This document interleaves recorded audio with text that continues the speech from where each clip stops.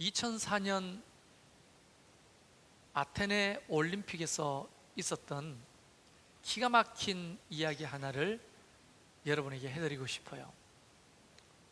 이 사람은 그 아테네 올림픽에 50m 소총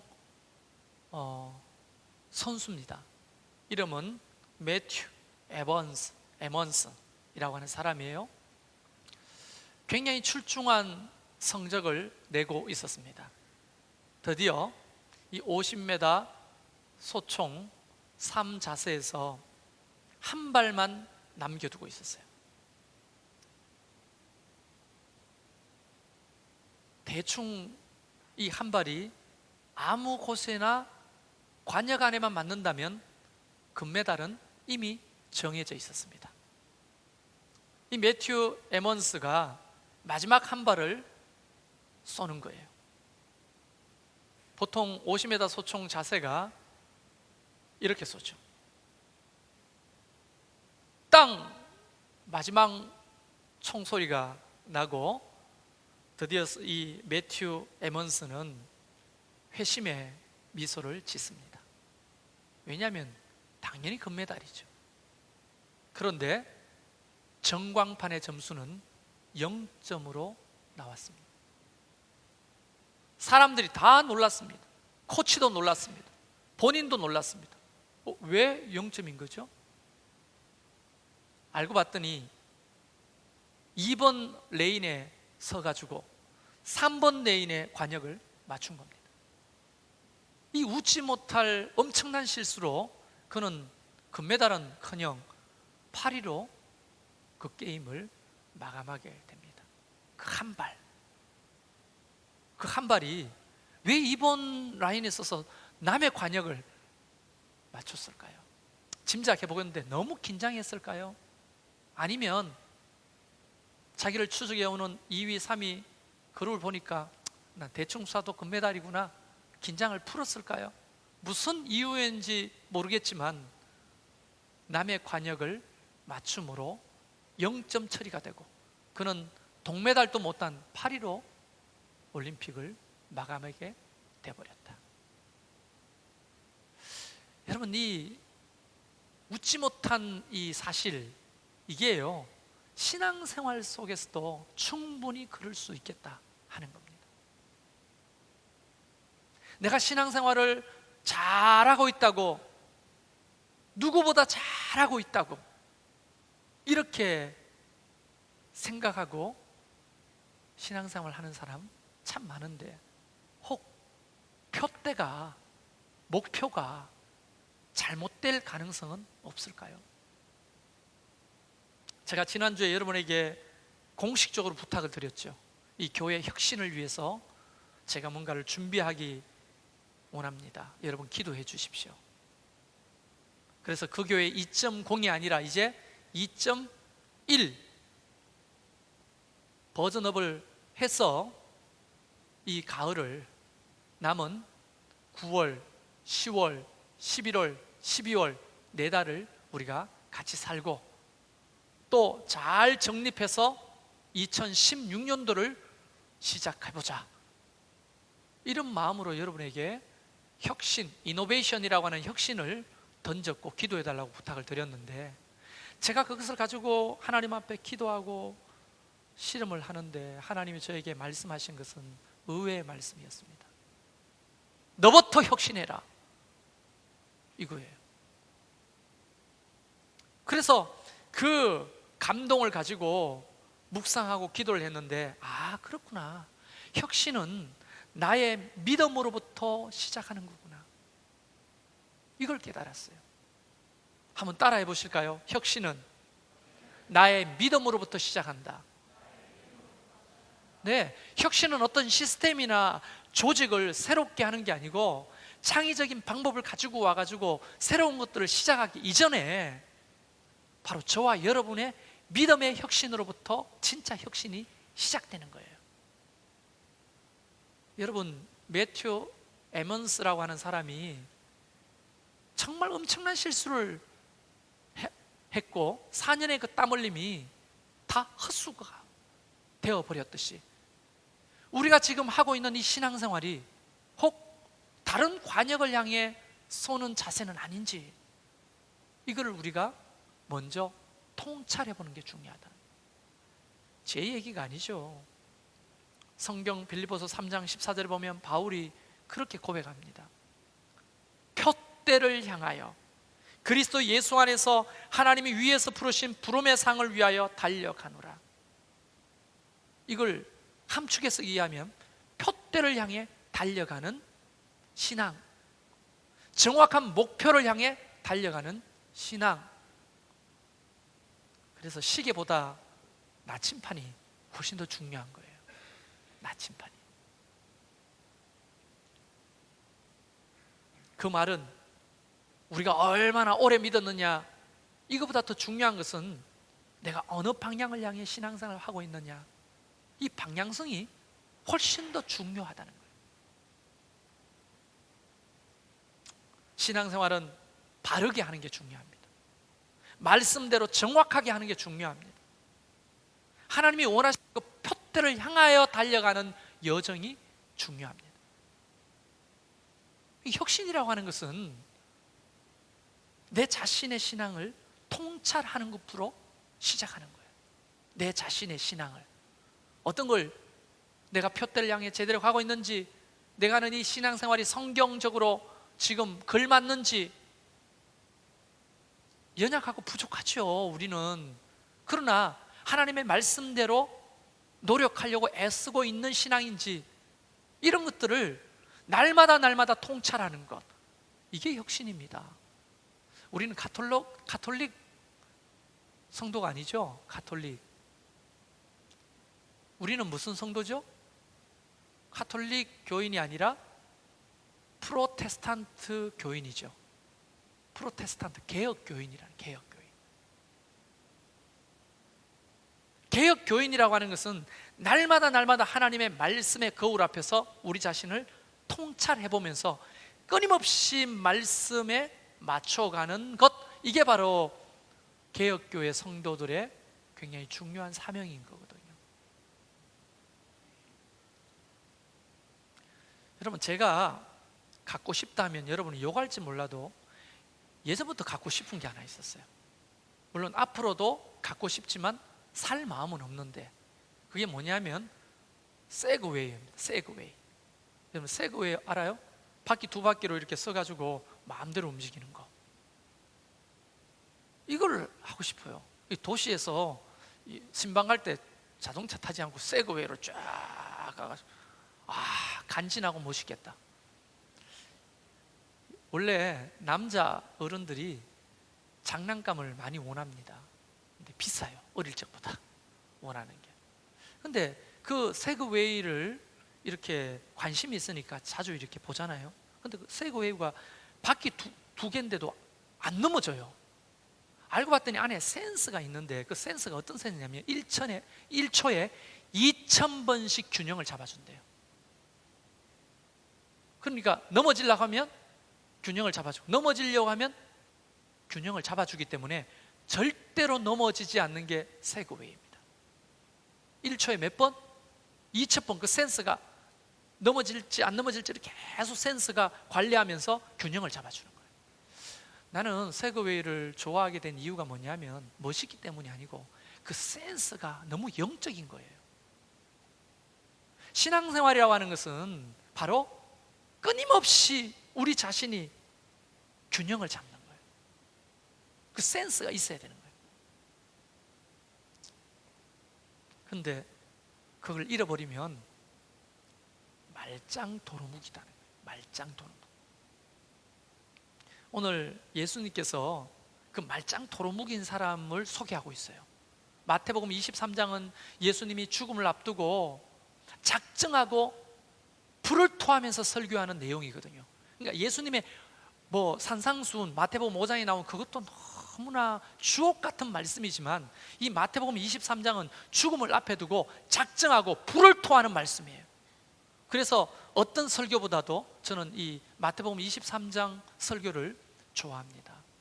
근데 여기에 등장하는 대상이 있는데 그 사람이 누구냐?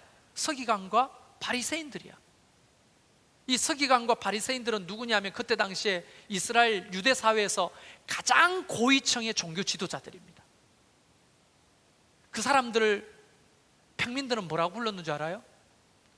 랍비라고 불렀어요. 랍비라 하면 선생님이라는 거예요. 우리나라에도 이 선생님이라고 하는 단어는 굉장히 존경스러운 단어죠. 그리고 선생님이 아닌데도 높임말로 부르는 호칭이 사장님이나 선생님을 많이 부르죠. 그렇잖아요. 식당에 가면 사장도 아닌데 저보고 아줌마들이 사장님 뭐 드릴까요? 이렇게 말해요.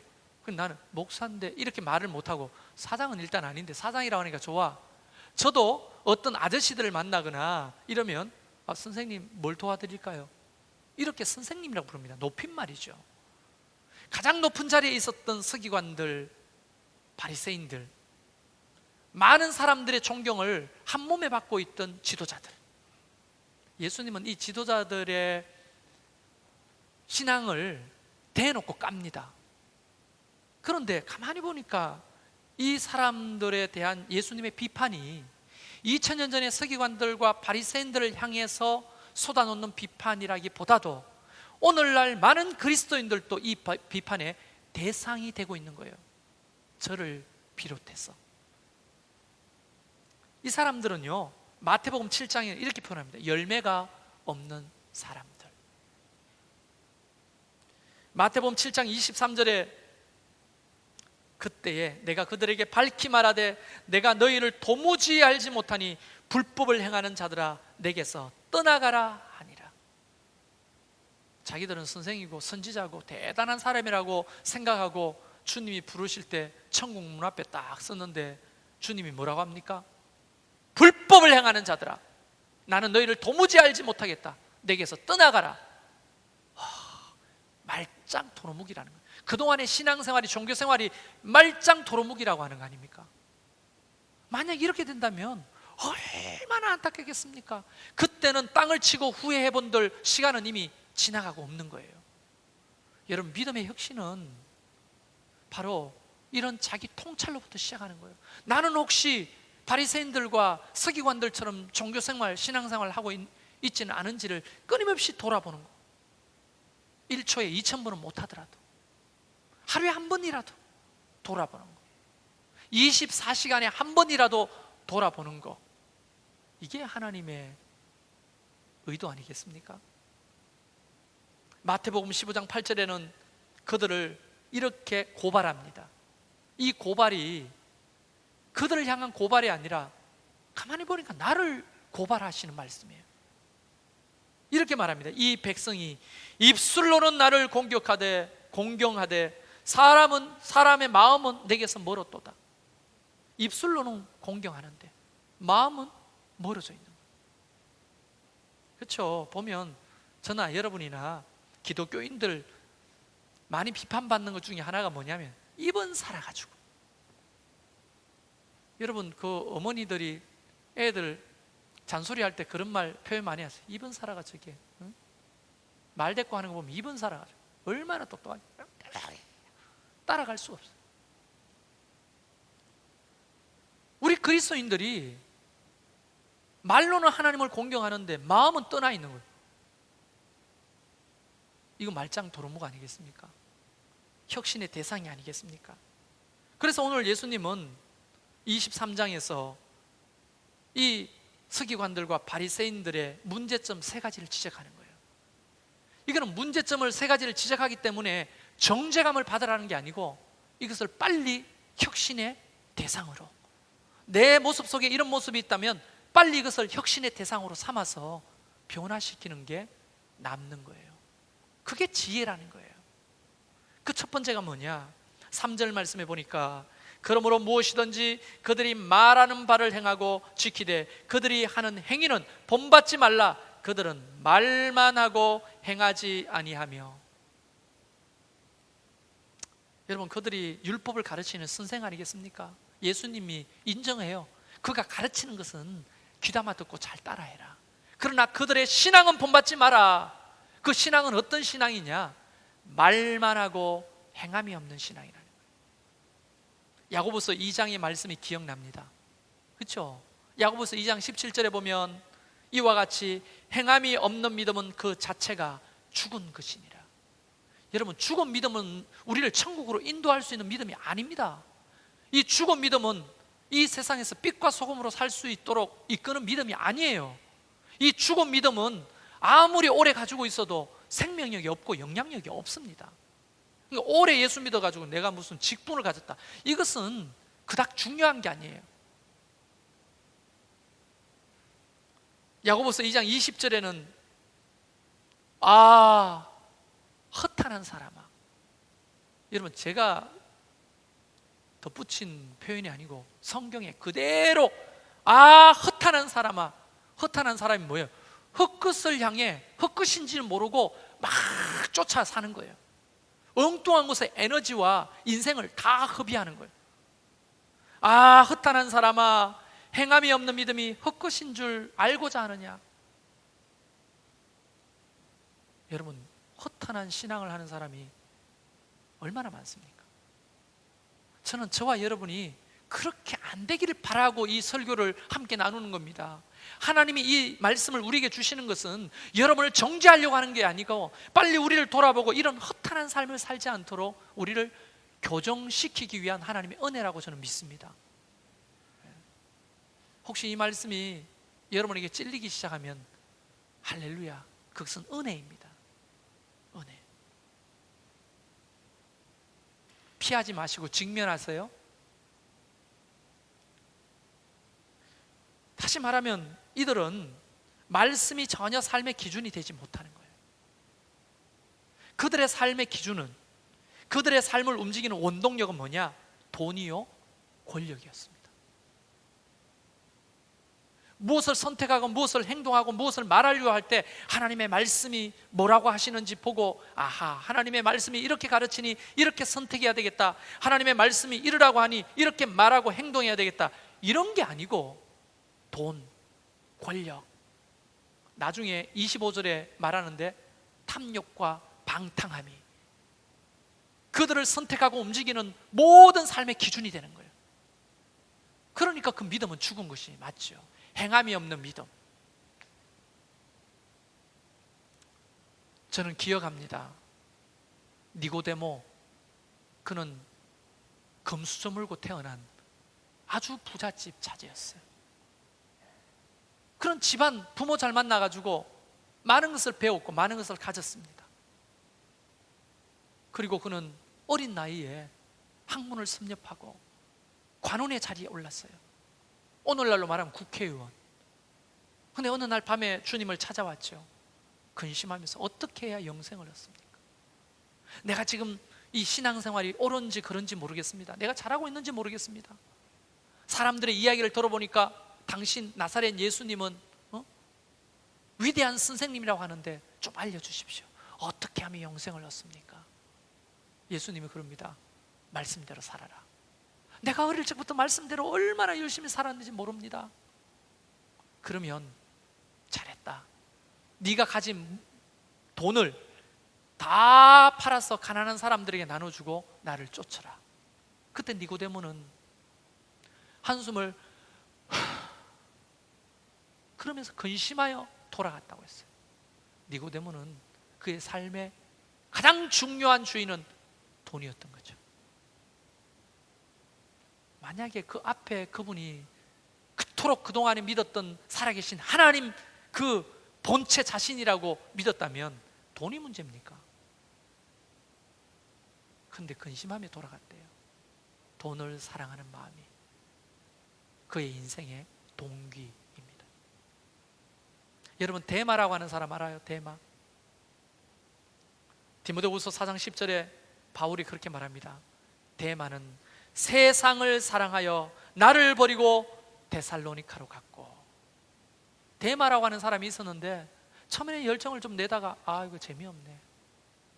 세상 너무 재미죠. 골프 치는 것도 재미있고 등산하는 것도 재미있고 술 친구들하고 놀고 노래방 2차 3차 가가지고 또 그런 가오가 있잖아요. 1566 1566 앞뒤가 똑같아.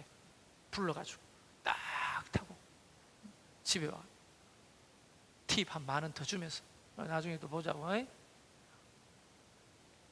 그게 멋있는 삶이라고 생각하는가요? 나 한 번도 안 해봐가 모르겠는데, 어느 날 저는 서울쯤에서 술은 안 먹었지만 대리운전 한번 불러가지고 집까지 와보고 싶어요.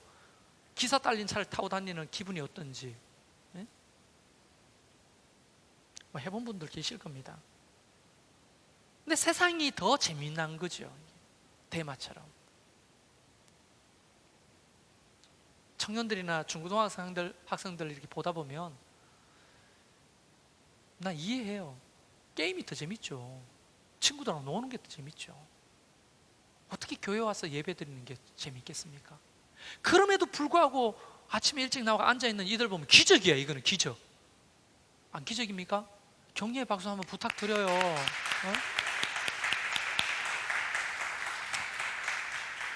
기적 아닙니까? 여기 안 앉아있고 중간중간에 있는 10대들도 기적이에요. 저는 진심으로 그렇게 생각합니다. 여러분, 하나님의 말씀이 기준이 되는 거, 그래야 살아나는 거예요, 우리 인생이. 두 번째 문제가 뭔가 봤더니 4절에 또 무거운 짐을 묻고 사람의 어깨에 지우되 자기는 이것을 한 손가락으로도 움직이려 하지 아니하며. 사람들한테는 이거 하라 저거 하라 막 가르치면서 이게 저한테 하시는 말씀이에요. 하면서 지는 손가락 하나 까딱 안 하려고 하는 거예요. 여기서 손가락 까딱 하지 않는다고 하는 표현은 영적으로는 게으름뱅이라는 거예요. 게으름뱅이. 여러분, 이 서기관들과 바리새인들이 어떤 사람입니까? 문헌에 보면 서기관이 되려면 어떻게 해야 되는 줄 알아요? 성인이 되기 전에 구약 성경을 통째로 외워야 합니다. 그리고 309절에 가까운 메시아, 오실 메시아에 대한 것을 통째로 암송해야 돼요. 국절하면 나와야 돼요. 몇 장 몇 절 나와야 돼요. 그러니까 만약 교회에서 성경 퀴즈 대회 하면 1등은 따놓은 당상인 사람들이 서기관들과 바리새인들이에요. 머리로는 아는데 영적으로는 하나님의 교제가 없는 사람들이. 어릴 때부터 주일학교 다녔다면서요. 모태신앙이라면서요. 어머니가 권사님이고 아버지가 장로님이시라면서요. 들은 게 얼마나 많을까요? 알기로는 아는데 하나님과 교제가 끊어진 상태. 바로 서기관들과 바리새인들이 가졌던 핵심적인 문제인 겁니다. 이게 혁신의 대상이죠. 여러분, 우선순위가 계속 밀려가지고 예배하는 것은 내 삶에 우선순위 없어. 기도하는 것은 우선순위 없어요. 봉사하거나 전도하는 거, 하나님과 교제하는 거, 이게 우선순위 없어요. 식사 기도하는 것으로 우리의 기도 생활이 계속 유지된다고 착각하지 마십시오. 여러분이 혹시 차량 뒤에 물고기 표시를 붙여놓고 다닙니까? 그것으로 신앙생활 하는 거예요? 여러분의 목걸이가 십자가입니까? 귀걸이가 십자가입니까? 그것이 신앙생활하는 증표입니까? 아니잖아요. 물론 저는 이 말씀을 드리고 주일날 한 번만 나와줘도 너무 감지덕지고 감사해요. 오늘날 교회를 떠나는 사람이 얼마나 많습니까? 그런데 이렇게 한 번이라도 나와주신 여러분 정말 고개 숙여 감사를 드립니다. 그러나 내 속에 내 마음을 번역하는 사람이 옆에 서 있으면 이렇게 안 할 겁니다. 개뿔, 일주일에 한 번 예배하는 것도 그게 신앙이냐고, 이런 말을 솔직히 하고 싶은 거예요. 왜 그러냐? 여러분, 무시하는 게 아닙니다. 우리의 신앙은 날마다 하나님과 연결되어 있는 삶을 사는 연속이잖아요. 교회가 왜 예배가 많은 줄 아십니까? 그럼 목사의 직장이니까 그래도 목사가 뭐 일 좀 하는 걸 보이려고 예배를 많이 만드는 겁니까? 설교 한 편 하는 게 얼마나 어려운 줄 아십니까? 어떤 목사님이 그러더라고요. 여자분들한테는 죄송합니다. 애 놀래 설교 한 편 하려면 차라리 애 놓겠다고. 물론 무식한 이야기라는 거 압니다. 그만큼 설교 한 편이 중압감이 큽니다. 내가 전하는 말씀이 그들의 영혼에 도달하지 못하는 흑공에 떠다니는 말씀이 될까봐 염려가 되고, 하나님이 원래 의도를 전달하지 못하고 개인의 정치나 철학이나 사고방식으로 전달하는 연설이 될까봐 두렵고, 이런 게 있어요. 왜 많으냐? 바로 여러분을 돕고자 하는 거예요. 여러분, 아침에 메뉴가 다르고 점심의 메뉴가 다르고 저녁의 메뉴가 다르잖아요. 우리 어머니도 이게 살림을 잘하는 분은 아닌데 그래도 점심 때 방학된 걸로 기억해요. 점심 때 아이고 오늘 뭐 먹나 11시쯤 돼가지고 뭐 먹는지 주부들 다 그게 고민 아닙니까? 오늘 뭐 먹지? 혼자 있으면 그냥 물에 말아가 된장하고 푹푹 떠먹고 마는데 새끼라도 있으면 뭘 해줘야 될지 고민합니다. 그래서 저희 어머니가 그냥 김치국밥이나 해먹자 이러는 거예요. 여러분 김치국밥 드셔보셨어요? 그냥 김치 넣고 밥 넣고 푹 삶는 거예요. 반찬이 없으니까. 옛날에 그걸 많이 먹었죠. 그걸 먹었어요. 저녁 한 오후 5시쯤 되니까 또 고민하는 거예요. 저녁은 뭐 먹지? 그 김치국밥이 맛있으니까 국밥은 또 먹지 뭐. 내가 이러니까 너가 아버지 퇴근해 오시는데 어떻게 김치국밥을 먹겠냐고. 그러고 나가더니 고등어 한 손을 사가 와가지고 그 연탄 불에다가 석쇠에 올려가지고 굵은 소금 뿌려가지고 굽는 거죠.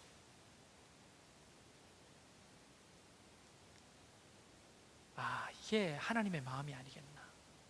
여러분 새벽 예배 주시는 은혜가 다르고 11시 예배 주시는 은혜가 다르고 오후 예배 주시는 은혜가 다르고 수요 예배 주시는 은혜가 다르고 목장 예배 주시는 은혜가 각기 다른 거예요. 그래서 하나님은 여러분이 건강해지기를 원하고 영적인 게으름뱅이가 되지 않고 늘 하나님과 교제하고 그 은혜를 경험하도록 많은 것들을 열어놓으신 거죠. 그런 것들에 대해서 관심이 없죠. 제가 수요일 날 그런 얘기를 했습니다. 수요 예배가 제 혼자 생각입니다만 꽤 재밌어요. 저는 그렇게 생각해요. 재밌는데 열정적으로 앞에서 막 쇼도 하고 막 재밌게 막 설교를 하는데 앉아 있는 사람 뭐 10대 명이죠. 어떨 때는 10명 미만의 사람이 올 때도 있고 지금 내가 뭐 하는 건가 이게. 이 사람들한테 말씀 나누려고 이렇게 쎄 빠지도록 준비해가지고 하나 막 하면서 온만 생각이 다 드는 거예요. 수요예배 없애자고 할까? 수요예배 없애도 아무 문제 없잖아요. 안 오니까. 새벽예배 없어도 아무 문제 없잖아요. 안 오니까. 오후 예배 없어도 아무 문제 없잖아요. 안 오니까. 그래서 많은 목사님들이 혁신이라는 이름으로 예배를 없애고 주일날 딱 한 번 예배 드리는 데도 있습니다. 저는 그거를 잘못됐다 잘됐다 판단할 수는 없을 것 같아요. 교회마다 상황이 있으니까. 그런데 여러분의 신앙의 수준을 제가 아는 목사로서는 다양한 은혜와 말씀을 아직은 배워야 할 때다, 이런 생각이 드는 거예요. 그런데 이 서기관들과 바리새인들은 머리는 꽉 차 있는데 어떤 하나님과의 교제도 손가락 까딱하지 않는 거예요. 여러분 이거 우리 혁신의 대상 아닙니까? 하나님이 목사를 왜 세우셨습니까? 목사 필요 없죠. 여러분 우리가 찬양을 해보지만 비록 좀 부족하지만 반주만으로도 지혜 없이도 멋진 찬양을 하나님 받으시잖아요. 목사가 뭐 필요 있어요? 그냥 TV만 켜면 유명한 목사님 설교 얼마든지 들을 수 있고 인터넷만 들어가면 얼마든지 많은 글이나 설교를 들을 수 있는 세상에 삽니다. 그런데 왜 하나님이 몸된 교회를 세우시고 목사를 세워주셨느냐? 목사를 위함이 아니에요. 성도를 위함인 거예요. 이 교회 공동체를 위하는 거예요. 여러분에게 그 시대에 그 시기에 필요한 말씀을 먹이고 그들을 권면하고 가르치고 세워가는 그런 사람으로 목사를 세운 거죠. 그런데 필요 없어요. 목사가 우리 교회는 별로 몇몇 사람에게만 필요하지 별로 관심이 없는 거예요. 여러분 내일부터 이필행 목사님이 휴가 가시거든요.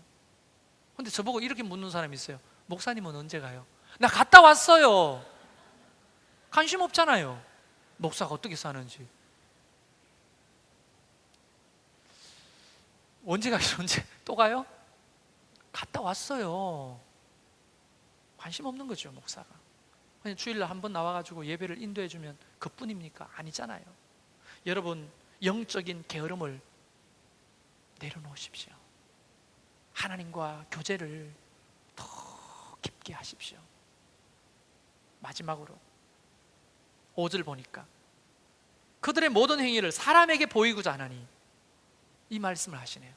그들의 모든 행위는 누구에게 보이려고? 사람한테 보이려고 한다는 거예요. 이걸 다른 말로 외식이라고 하는 거예요. 외식. 겉과 속이 다른 거죠. 사람은 겉을 보지만 하나님은 속을 보시잖아요. 제 말입니까? 사무엘상 16장 7절에 하나님이 분명히 이렇게 말합니다. 나는 나의 보는 것은 사람과 같지 아니하니 사람은 외모를 보거니와, 외모라 하면 겉이라는 거예요. 나 여호와는 중심을 보느니라. 중심이라면 사람의 속을 보는 거 아닙니까? 이미지 관리 차원에서 하는 종교 생활은 의미가 없어요. 사람한테 보이려고 종교 생활하는 게 무슨 의미가 있냐는 거예요.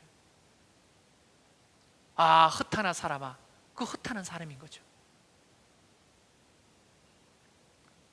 25절에 보니까 그들을 하나님이 이렇게 고발합니다. 그들의 속은 탐욕과 방탕으로 가득하도다. 사람들 앞에는 긴 옷을 입고 오 라삐오 라삐오 이런 소리를 듣기 좋아하고, 잔치 자리에 아주 높은 자리에 앉고, 성전에서도 늘 거룩한 척 하지만 사실은 그게 사람들 보라고 하는 거예요. 여러분, 이것은요 목사가 가장 많이 범하는 죄입니다. 외식은요. 여러분 앞에서 연기하는 게 재밌어요.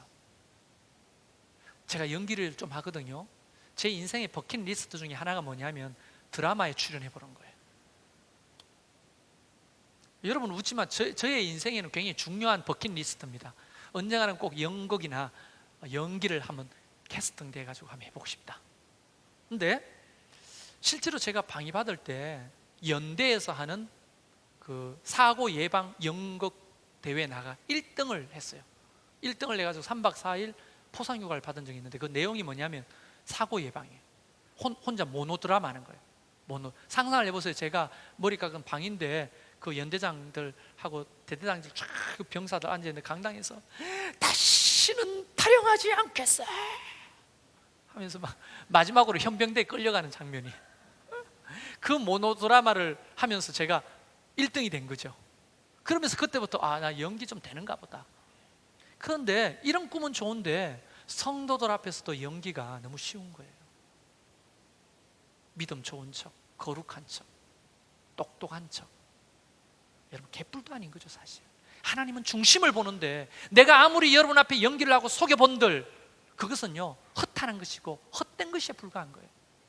연약하면 연약한 모습 그대로, 부족하면 부족한 모습 그대로, 실수하면 실수하는 모습 그대로가 훨씬 더 하나님 앞에 건강한 믿음이에요. 사람들 앞에 거룩한데 집구석에 가면 개판 5분 전인 아빠와 남편이야.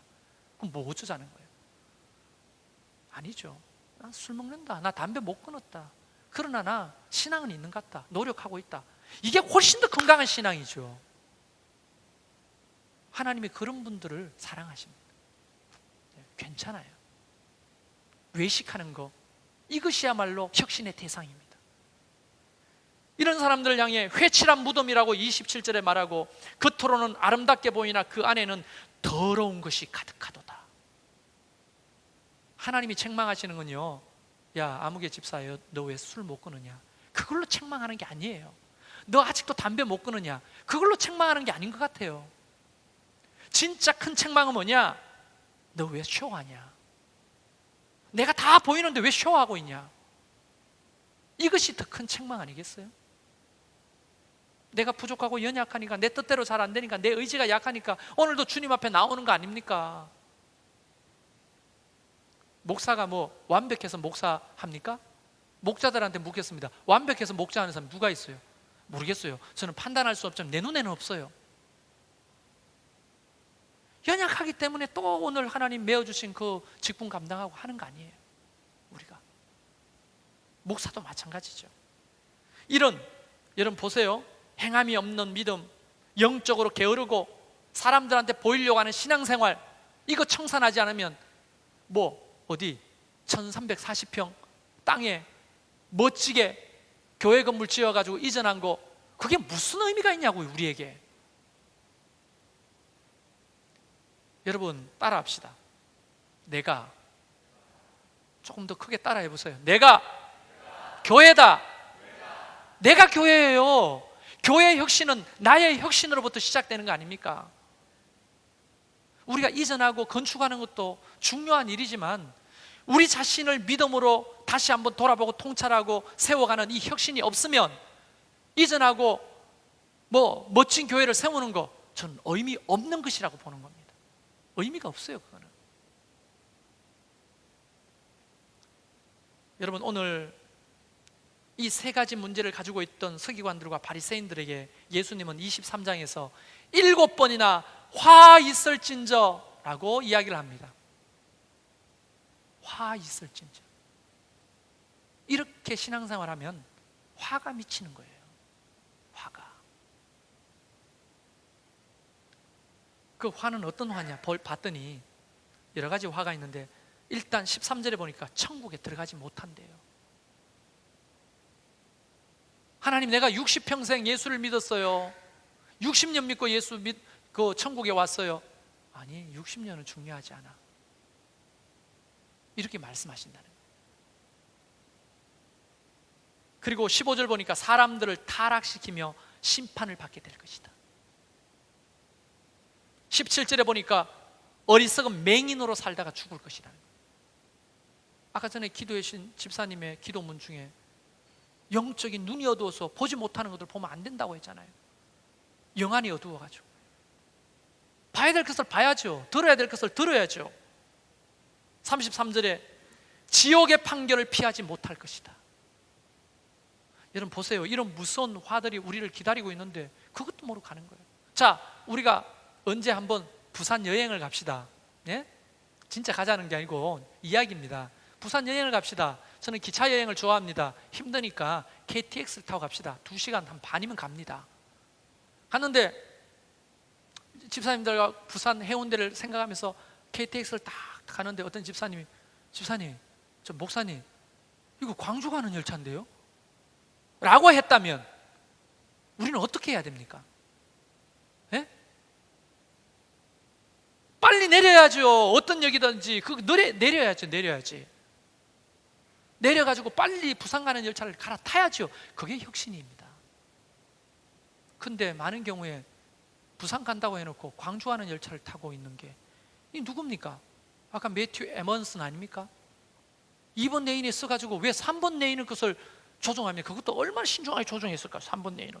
그게 바른 줄 알고 이제 금메달이란 머릿속에 올라가 자기 나라 국가를 부르면서 금메달 딸 것만 생각하고 땅 섰는데 그게 엉뚱한 3번 레인에 관역을 맞춘 거 아닙니까? 이런 모습들이 우리 신앙생활에도 너무 많다는 거예요. 사랑하는 성도 여러분, 나는 여러분이 행함이 없는 믿음이 아니라 말씀이 기준이 되는 삶을 시작해 보십시오. 잘 안 될 겁니다. 그러나 해보자고요. 두 번째는 영적인 게으름 알잖아요. 우리 인정해야 되잖아요. 하나님과 교제하는 거 시작해 보십시오. 괜찮습니다. 술자리에서도 하세요. 하나님, 내가 연약해가지고 이 술자리를 거부 못하고 오늘 술 한잔 합니다. 이것도 음식이니 주여 감사합니다 라고라도 기도해 보십시오. 하나님과 교제하려고. 이 마담이 옆에서 하고 찝쩍거리며 주님, 내가 연약한데 주님, 날 도와주세요. 그래라도 기도해 보시라고요. 자꾸만 우리가 노력해야 되는 거예요. 삶 속에서 교제하는 것을 한 달에 한 번이라도 새벽 예배를 한번 열어보시라고요. 한 번도 안 남았던 수요 예배는 도대체 어떤 말씀을 전하는지 한번 구경이라도 와보시라고. 오후 예배 찬양이 좋다는데 어떻게 찬양하는지 찬양만 하고라도 가세요. 뭔가 좀 노력이 필요하지 않을까요? 그때 은혜가 있는 겁니다. 그런 사람에게 기적과 하나님의 도우심이 그런 사람에게 임하게 되는 거예요. 그런 사람들에게 행복과 감사를 경험하게 되는 거예요. 그런 사람에게 변화와 성숙이 있고 그런 사람에게 의미 있는 삶이라고 하는 확신이 드는 거예요. 삶이 공허하지가 않아요. 사랑하는 성도 여러분, 오늘 저와 여러분은 교회 혁신 앞에 서 있습니다. 어떻게 조직을 달리해요? 역할을 바꿔요? 이름을 바꿔요? 정치권은 맨날 혁신한다고 당명부터 바꾸더라고. 우리는 기억하잖아요. 똑똑히 그 사람을, 어떤 당명을 가지고 있어도 그 사람을 우리가 아는데 당명 바꾼다고 이게 정치 개혁이 되냐 말이에요. 또 어떤 야당에서는 이름 바꾸자고 한대요. 나 공모해 보려고. 더 이상 바꾸지 않는 당, 뭐 이렇게. 국민들은 알잖아요. 쇼하는 거 아닙니까? 당명 바꾼다고 사람이 바뀝니까? 그게 아니에요. 교회의 혁신이라고 하는 것은 건물을 바꾼다고 혁신이 되는 것도 아니고, 조직을 바꾼다고 되는 게 아니고, 나의 믿음의 혁신으로부터 혁신은 시작되는 거예요. 그럴 때 조직을 바꾸는 것도 의미가 있는 것이고, 사람을 바꾸는 것도 의미가 있는 것이고, 시스템을 바꾸는 것도 의미가 있게 되는 거죠. 오늘 우리는 이제 코코때 전해지는 이 가을의 냄새를 맡고 있습니다. 여러분, 이제 지났어요. 좀 더워도. 우리는 신앙하기 좋은 계절을 하나님이 우리에게 주셨어요. 탈피하십시오. 이 말씀이 하나님의 음성으로 들린다면 작은 노력으로부터 기적은 시작됩니다. 할렐루야. 저는 반드시 여러분을 그렇게 세워 가보고 싶습니다. 우리 잠깐 기도합시다.